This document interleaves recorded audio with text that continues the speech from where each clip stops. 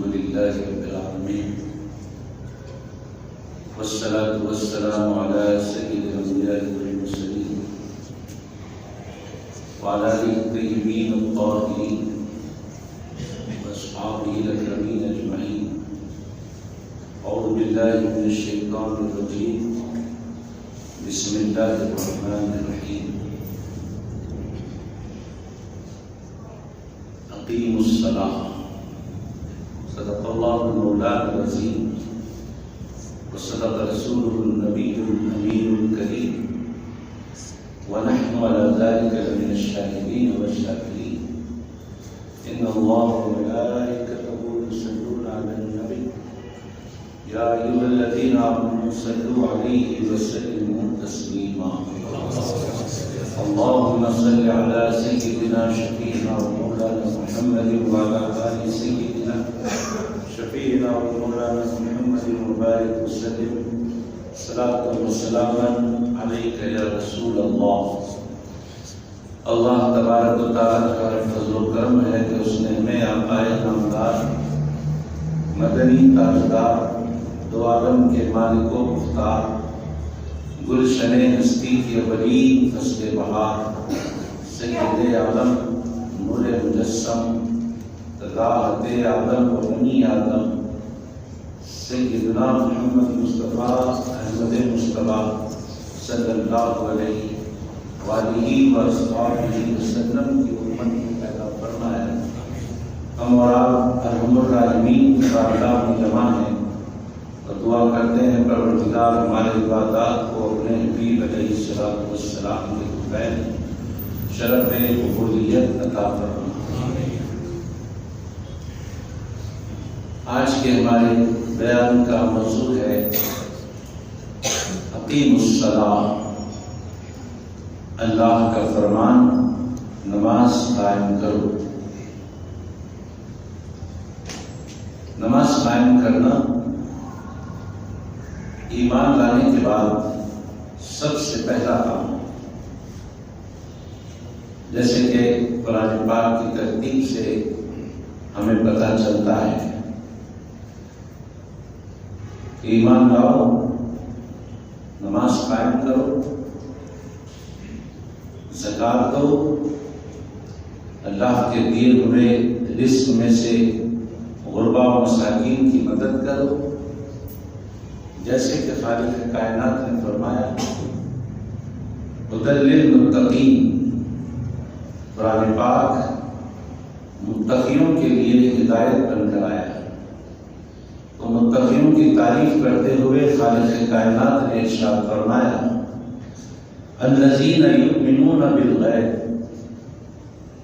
پہلی تعریف ایمان والوں کی، تقوی والوں کی، جن کے لیے قرآن ہدایت بن کر آیا ان لوگوں کی کیا ہے؟ ایمان بالغیب. الذین یؤمنون بالغیب. متقی لوگ وہ ہوتے ہیں جو غیب پر ایمان لاتے ہیں. دوسرے وَيُقِيمُونَ الصَّلَاةَ. ایمان لاتے ہیں اور نماز قائم کرتے ہیں. وَمِمَّا رَزَقْنَاهُمْ يُنْفِقُونَ. اور ہمارے دیے ہوئے رزق میں سے راہ خدا میں خرچ کرتے ہیں. تو اللہ کے نزدیک جو متقی بندے ہیں ان کے یہ تین خوبیاں خود اللہ نے بیان فرمائی.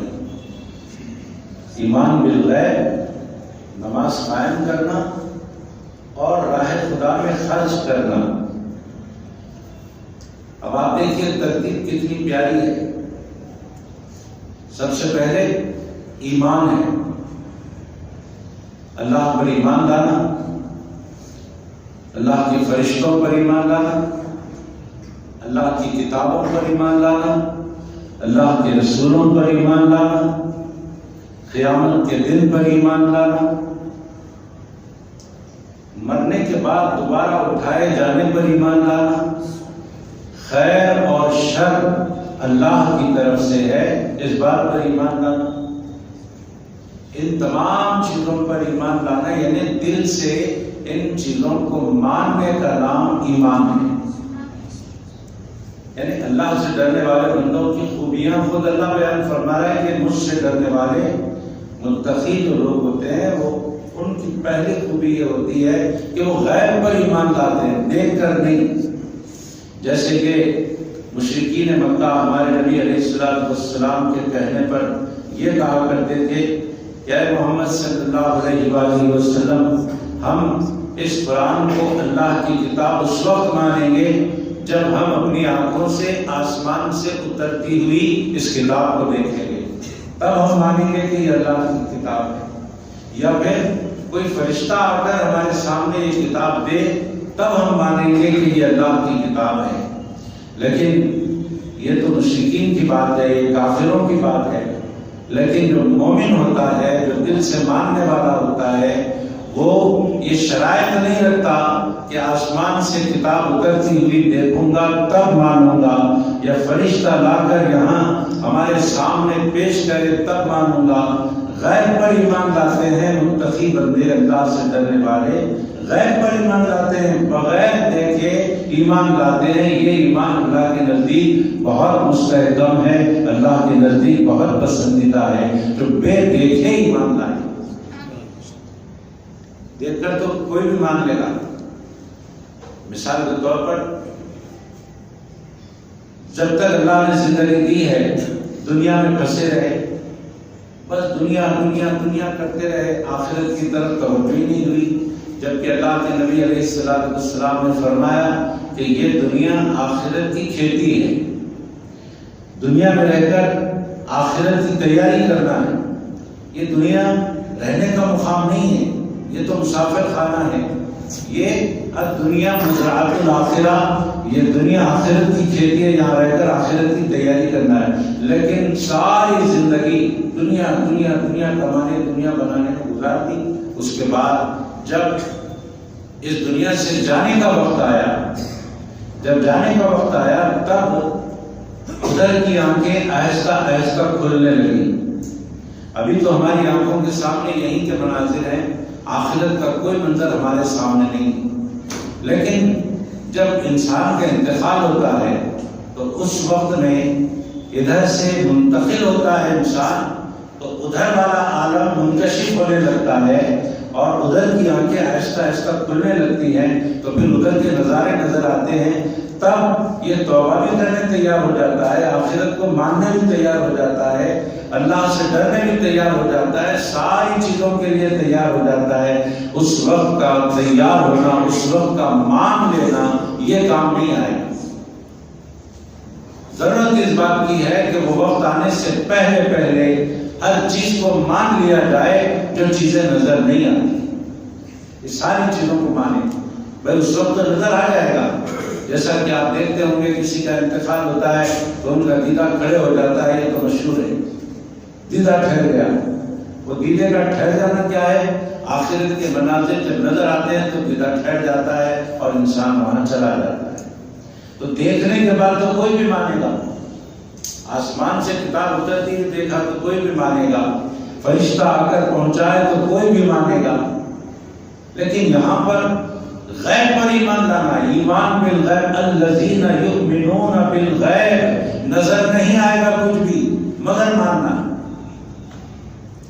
نظر کچھ بھی نہیں آئے گا مگر ماننا۔ اب یہاں پر ایک بات قابل غور ہے، نظر نہ آنے کے باوجود ساری باتیں ماننا، آخر کس کے بھروسے پر ماننا؟ ایک سوال ہے۔ آخر بھروسہ کرنا تو کس پر کرنا؟ کس پر بھروسہ کر کے غیب کی ساری چیزوں پر ایمان لانا؟ اور ایمان ایک ایسے درجے کا نام ہے کہ نماز، راہ خدا پہ خرچ کرنا، یہ سب بعد میں آتا ہے۔ نماز بھی بعد میں ہے، روزہ بھی بعد میں ہے، زکوٰۃ بھی بعد میں ہے، حج بھی بعد میں ہے، ساری نیکیاں بعد میں ہیں۔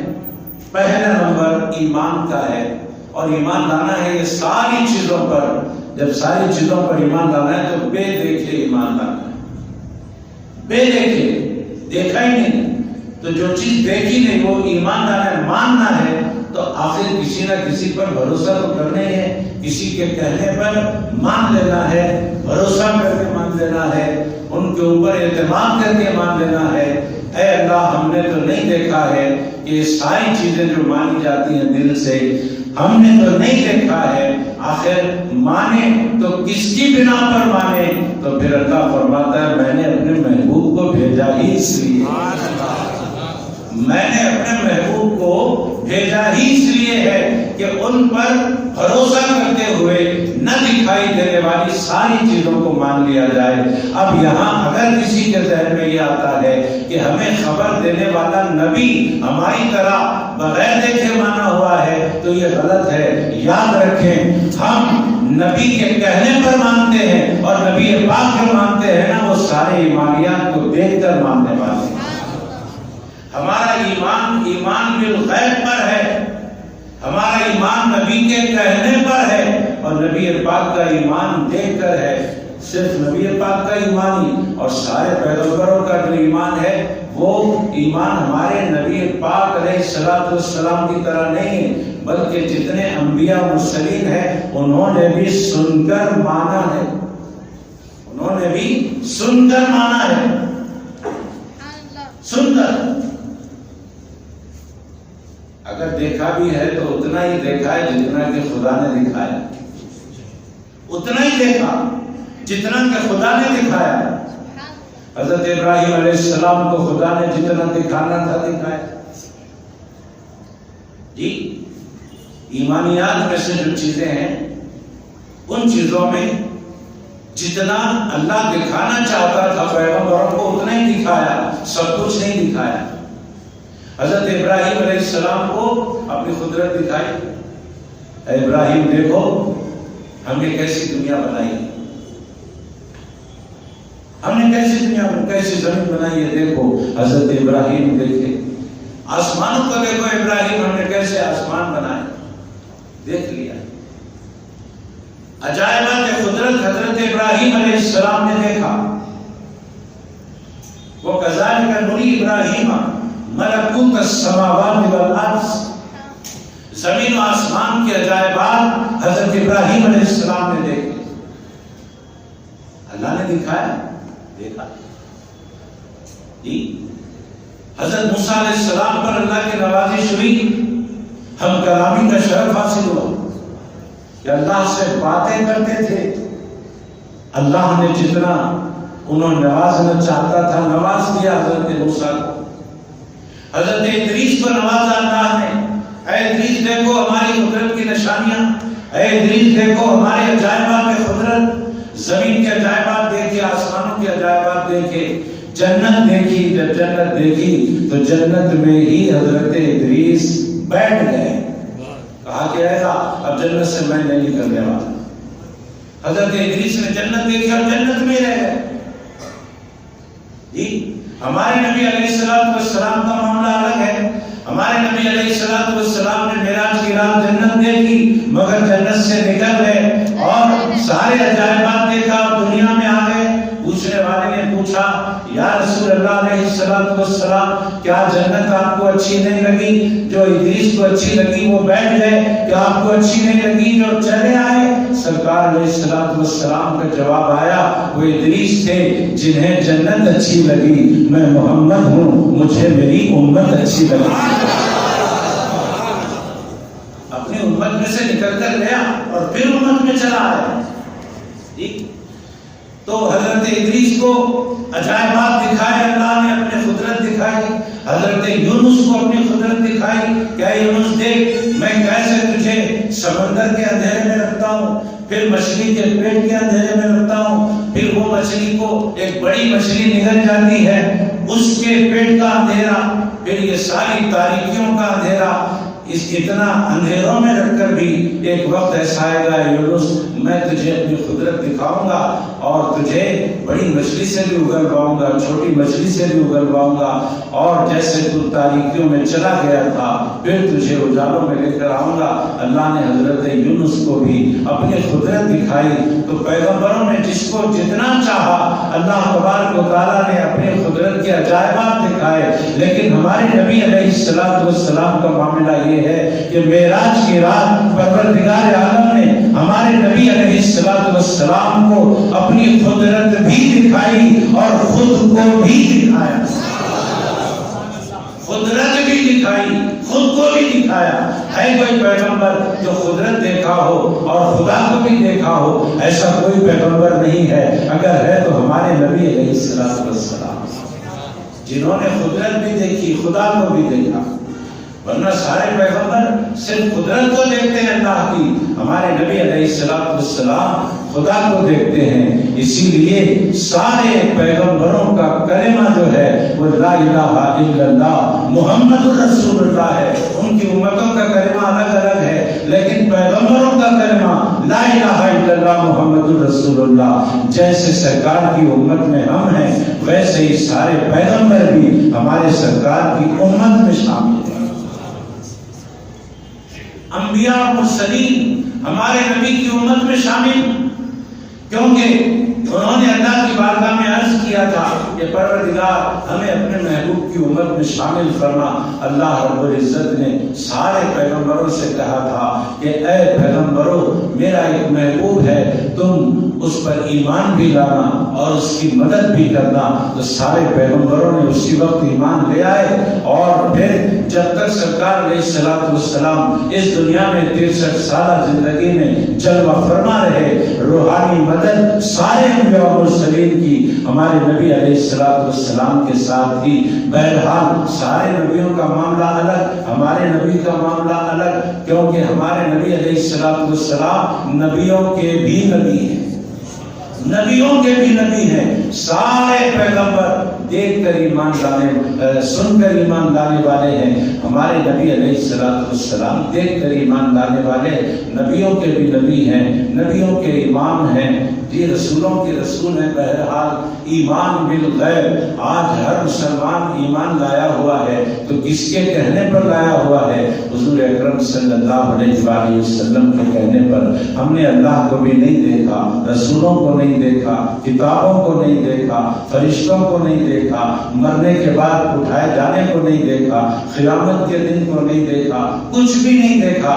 حضور علیہ السلام کے کہنے پر ہم سب ایمان لائے کہ ہم سب کا اعتماد رسول کریم علیہ السلام پر ہے کہ ان کا کہنا سچا ہے۔ جب ہم نے ان کو سچا مان لیا تو ان کی ہر بات کو ہم نے سچا مان لیا۔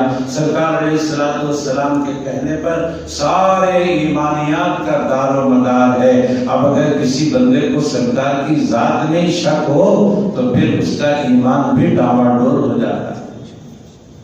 سرکار کی ذات گرامی میں شک ہو تو اس کے ایمان میں شک پیدا ہو جاتا ہے، کیونکہ ایمانیات کا دار و مدار سرکار پر بھروسہ ہے کہ آپ نے کہہ دیا ہم نے مان لیا، آپ نے کہہ دیا ہم نے مان لیا۔ حضرت ابو خزیمہ رضی اللہ تعالی عنہ گزر رہے تھے، سرکار علیہ السلام ایک شخص سے بات کر رہے تھے، کچھ کاروباری بات ہو رہی تھی لین دین کی، اور حضرت ابو خزیمہ رضی اللہ تعالیٰ عنہ رک گئے، رک کر پوچھا سرکار کیا ہو رہا ہے؟ آقا علیہ السلام نے فرمایا کہ اے ابو خزیمہ، بات دراصل یہ ہے کہ میں نے اس بندے سے گھوڑا خریدا ہے، اور یہ کہہ رہا ہے کہ یہ گھوڑا میں نے آپ کو نہیں بیچا، یہ کہہ رہا ہے کہ میں نہیں بیچا، اور میں کہہ رہا ہوں کہ میں نے خریدا ہے۔ اب میں کہتا ہوں کہ یہ میں نے خریدا، یہ سچ ہے، تو پھر یہ کہتا ہے کہ کوئی گواہ کو لاؤ، اگر کوئی گواہ ہے ہمارا تو لے کے آؤ، کوئی گواہی دے دے کہ یہ گھوڑا آپ نے خریدا ہے تو پھر میں دینے کو تیار ہوں۔ حضرت ابو خزیمہ رضی اللہ تعالیٰ عنہ نے فوراً کہا کہ میں گواہ ہوں اس بات کا کہ حضور علیہ السلام نے یہ گھوڑا خریدا ہے، میں گواہ ہوں اس بات کا۔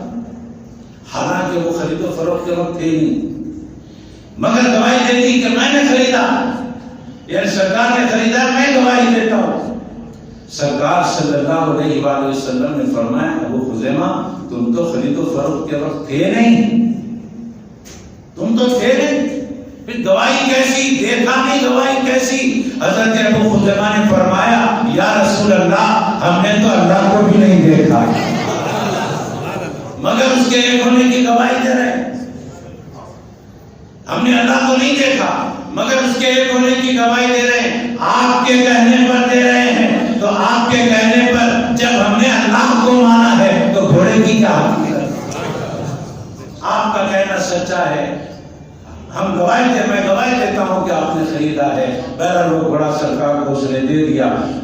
اسلامی شریعت میں کیا ہے پتہ ہے؟ اگر کسی معاملے میں گواہی دینے والا ایک آدمی ہو تو وہ گواہی پکی نہیں ہوتی. 2 آدمی گواہ ہونا جب گواہی پکی ہوتی ہے. 2 آدمی جب گواہی دیتے ہیں تب گواہی مانی جاتی ہے کہ 2 آدمیوں نے 2 مرد آدمیوں نے گواہی دی ہے. لیکن یہاں تو ایک آدمی نے گواہی دی تھی اور معاملہ حل ہو گیا. اس کے بعد سرکار علیہ السلام نے اعلان فرما دیا کہ شریعت کا قانون ہے کہ جب کبھی ایسا معاملہ آئے اور گواہی دینے کی بات آئے تو 2 گواہ ہونا چاہیے. لیکن ابو خزیمہ اگر کسی معاملے میں گواہی دے دیں تو ان کی ایک کی گواہی 2 کے برابر ہو جائے. ایک کی گواہی 2 کے برابر. حضرت ابو خزیمہ کو ساری امت میں یہ اعزاز حاصل ہے کہ وہ ایک اکیلے گواہی دیتے ہیں تو پھر استثنائی صورت ان کے لیے پیدا ہو گئی کہ وہ 2 کے برابر ہو جاتی ہے. بہرحال یہ جتنی چیزیں نظر نہیں آ رہی ہیں جیسے کہ ہم اور آپ سب جانتے ہیں کہ جب نماز جمعہ کی نماز کے لیے جب ہم اندر آتے ہیں مسجد میں اندر آتے ہیں تو سرکار علیہ السلام نے فرمایا کہ گیٹ پر فرشتے کھڑے رہتے ہیں. گیٹ پر فرشتے رجسٹر لے کر ٹھہرتے ہیں. اذان کے بعد جو پہلے آنے والے ہیں ان کے نام لکھ لیتے ہیں پہلے آنے والوں میں اور ان کا اجر زیادہ ہوتا ہے. پھر بعد میں آنے والوں کا نام لکھ لیتے ہیں اور ان کا اجر ان سے کم ہوتا ہے.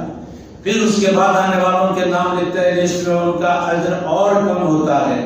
جب خطیب منبر پر کھڑے ہو جاتا ہے خطبے کے لیے جب خطیب کھڑا ہو گیا منبر پر تو پھر وہ بھی اپنے اپنے رجسٹر بند کر کے آگے وہ بھی یہاں پر صفوں میں آ جاتے ہیں. یہ آقا علیہ السلام نے فرمایا. اب آپ بتائیے اتنے زمانے سے ہم جمعہ کی نماز کے لیے آ رہے ہیں, کبھی فرشتہ ہم کو گیٹ پر نظر نہیں آیا, کبھی فرشتہ ہمارے ساتھ صفوں میں نظر نہیں آیا. اب مانیں گے کہ نہیں مانیں گے؟ ماننا پڑے گا. کیوں؟ سرکار نے فرما دیا ہے. سرکار نے فرما دیا ہے. ہم کو نظر نہیں آتا پھر بھی مانتے اس لیے ہیں کہ سرکار کو نظر آتا ہے. ہم نبی پاک سے سن کر ایمان لائے ہیں اور نبی پاک علیہ السلام نے سنا نہیں ہے بلکہ ہر مسجد کی گیٹ پر سرکار نے دیکھا. جب کبھی آقا علیہ السلام فرمائے کہ ایسا ہوتا ہے ایسا ہوتا ہے ایسا ہوتا ہے ایسا ہوتا ہے تو وہ دیکھ کر فرماتے ہیں سرکار, اور سرکار کے فرمانے پر ہم کو خبر مل جاتی ہے. بہرحال یہ غیب پر ایمان لانے کا دار و مدار حضور علیہ السلام کی ذات گرامی پر ہے. اگر حضور کے بارے میں کسی کا عقیدہ کمزور ہے سمجھ لو کہ اس کا ایمان کمزور ہو گیا. ایمان کمزور ہو گیا تو سارے اعمال کمزور ہو گئے, کیونکہ ایمان جڑ ہے اور عمل اس کی شاخیں ہیں, اس کے پتے ہیں. بہرحال نمبر 1 ہے متقیوں کی علامت کہ وہ غیب پر ایمان لاتے ہیں, اور نمبر 2 ہے کہ وہ نماز قائم کرتے ہیں. اقیموا الصلاۃ, نماز قائم کرتے ہیں. ایمان لانے اور نماز نہیں پڑھ رہے ایسا نہیں ہوتا. اللہ کا چاہنے والا, اللہ سے ڈرنے والا ایسا نہیں ہوتا. اللہ سے ڈرنے والا ایسا ہوتا ہے جو غیب پر ایمان بھی لاتا ہے اور نماز کی پابندی بھی کرتا ہے, نماز قائم کرتا ہے. اب بات یہ ہے کہ نماز ادا کرنا اور ہے, نماز قائم کرنا اور ہے. ادائی نماز کیا ہے؟ وقت ہوا نماز کا سیدھا مسجد میں چلے آئے اور نماز ادا کر لی, نماز ادا ہو گئی. اب نماز قائم کرنا کیا ہے بھائی؟ نماز قائم کرنا کیا ہے؟ تو صوفیاء کرام نے ارشاد فرمایا نماز کی حالت میں جو کیفیت ہماری ہوتی ہے, ایک سوئی کی کیفیت, حضوری کی کیفیت اور اللہ کے آگے سربسجود ہوتے وقت میں جو ہمارے قلب کی کیفیت ہوتی ہے, سلام پھیرنے کے بعد پھر دوسری نماز تک وہ کیفیت ہماری قائم رہنا, اسی کا نام ہے نماز قائم کرنا. جب تک نماز ہوتی رہی ہم اللہ کے سامنے حضور میں کھڑے رہے اور جیسے ہی نماز سے سلام ہم نے پھیرا پھر دنیا داری میں آ گئے اور اللہ سے لو لگانا ہم نے چھوڑ دیا, یہ نماز قائم کرنا نہیں ہوتا. فجر کی نماز پڑھی، فجر کی نماز میں جو کیفیت تھی وہ کیفیت ظہر تک باقی رہے، ظہر کی نماز کی کیفیت عصر تک باقی رہے، عصر کی کیفیت مغرب تک، مغرب کی عشاء تک، عشاء کی پھر فجر تک۔ اس کا مطلب ہے نماز قائم کرنا۔ اگر ہمارا ہاتھ ہمارے کاروبار میں لگا ہے، ہمارا وجود ہمارے کاروبار میں لگا ہوا ہے اور ہمارا دل بھی کاروبار میں لگا ہوا ہے تو یہ نماز قائم کرنا نہیں ہوا۔ سر سے پاؤں تک کی اعضائے بدن کاروبار میں لگے رہے لیکن دل اللہ سے لگا رہے، یہ نماز قائم کرنا ہے، اس کا نام ہے نماز قائم کرنا۔ وَأَقِیمُوا الصَّلَاةَ، نماز قائم کرتے ہیں۔ بتاؤ نماز کی حالت میں کوئی بندہ برائی کرتا ہے؟ نہیں کرتا، تو نماز کے بعد بھی برائی نہیں کرنا ہے، یہ نماز کو قائم کرنا ہے۔ اب نماز میں تو بڑے پادشاہ بن کے کھڑے اور نماز کے بعد پھر سے گنہگاری کے کام کر رہے ہیں، تو یہ نماز کا قائم کرنا نہیں ہوا، بلکہ صرف نماز کا ادا کرنا ہوا، وقت پر نماز ادا کر لی۔ اقیم الصلاۃ، اللہ فرماتا ہے کہ نماز قائم کرو، اور وہ نماز قائم کرنا ہے۔ تو نماز کے اندر جو کیفیت آتی ہے وہ کب آتی ہے کیفیت؟ جبکہ ہم یہ تصور کریں کہ ہم خدا کے سامنے کھڑے ہیں۔ آپ کو پتا ہونا چاہیے، پتا ہے بھی، کہ بڑے بڑے بزرگان دین، بڑے بڑے بزرگان کبار اور اہل بیت کے ائمہ، بڑے بڑے صحابہ، خلفائے راشدین، جب نماز کا وقت آتا تو ہیبت کھاتے، ان کے دانت بجنے لگتے، ان کا بدن کانپنے لگتا۔ جب ان سے پوچھا جاتا کہ نماز کا وقت آتے ہی آپ کی حالت کیوں متغیر ہو جاتی ہے، تو وہ بڑے بڑے لوگ کہا کرتے تھے، جانتے نہیں کہ کس کے دربار میں جانے کا وقت آیا ہے، کس کے دربار میں جانے کا وقت آیا۔ ارے دنیا کا کوئی بادشاہ ہے، اس کے بادشاہ کے دربار میں جاتے ہیں تو کتنا بن سور کے جاتے ہیں، کتنا ڈرتے ڈرتے جاتے ہیں، کتنی احتیاط سے جاتے ہیں۔ یہ تو حکم الحاکمین کی بارگاہ ہے، یہاں جانے کے لیے یہ حالت نہ ہو تو پھر کیا حالت۔ تو جب مسجد میں آتے ہیں نماز کے لیے تو بن سور کے آنا ہے، صاف ستھرے کپڑے پہن کے آنا ہے، ٹوپی پہن کے آنا ہے، جی اپنا بال جما کے آنا ہے، ایسے ہی نہیں آ جانا کہ بال پراگندہ ہیں اور کپڑے میلے کچیلے ہیں اور بدن بھی میلا کچیلا ہے۔ نہیں، یہ اللہ کا دربار ہے، یہاں صاف ستھرے ہو کر، پاک صاف ہو کر، پورے بن سور کر قرآن پاک میں آیا ہے، جب اللہ کے گھر کو آتے ہیں تو بن ٹھن کے آؤ، بن سور کے آؤ اور پورے اہتمام کے ساتھ آؤ، تو پھر جیسا تم آؤ گے ویسے تمہارے ساتھ معاملہ ہوگا۔ اگر تم بے دلی کے ساتھ آؤ گے تو پھر اللہ کی رحمت بھی بے نیاز ہے، اللہ کی ذات بے نیاز ہے۔ جب تم بے نیازی دکھا رہے ہو تو پھر اللہ تو بے نیاز ہے ہی، اسے کیا پڑھیے؟ پورے اہتمام کے ساتھ نماز پڑھنا اور نماز کو قائم کرنا۔ نماز کے اندر ہمیں کیفیت جاری ہونا چاہیے اور ہمیں ایسی نماز پڑھنی چاہیے کہ جس نماز میں حق کا جلوہ نظر آ جائے۔ حضرت علی مرتضیٰ رضی اللہ تعالیٰ عنہ سے پوچھا کسی نے، اے علی رضی اللہ عنہ، آپ نماز پڑھتے ہیں، بتاؤ کبھی جلوہ حق بھی نظر آیا، حق کا جلوہ نظر آیا آپ کو؟ حضرت علی رضی اللہ عنہ نے بڑا پیارا جواب دیا، فرمایا جب تک دیدار نہیں ہوتا ہم سر نہیں اٹھاتے۔ تو ہر نماز میں دیدار حق تعالیٰ ہوتا ہے، یہ اللہ کے خاص بندے۔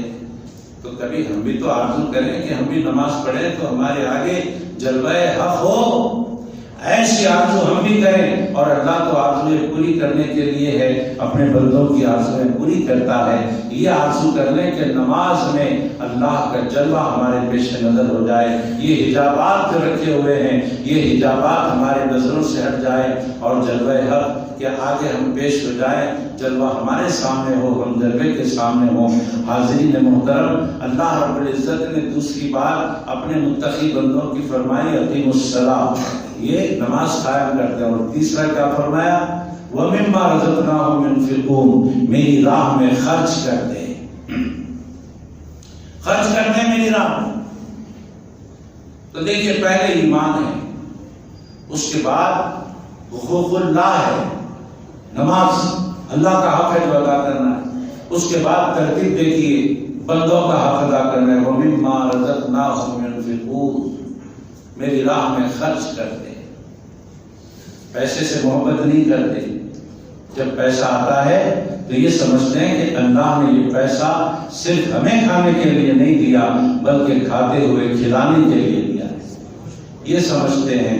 اللہ کا بھی حق ادا کرتے ہیں، بندوں کا بھی حق ادا کرتے ہیں، اور پھر اس دنیا سے صاف ستھرے ہو کر چلے جاتے ہیں۔ جب کبھی گناہ ہوتا ہے تو فوراً توبہ کر لیتے ہیں۔ بہرحال ایسی باتیں ہوتی ہیں۔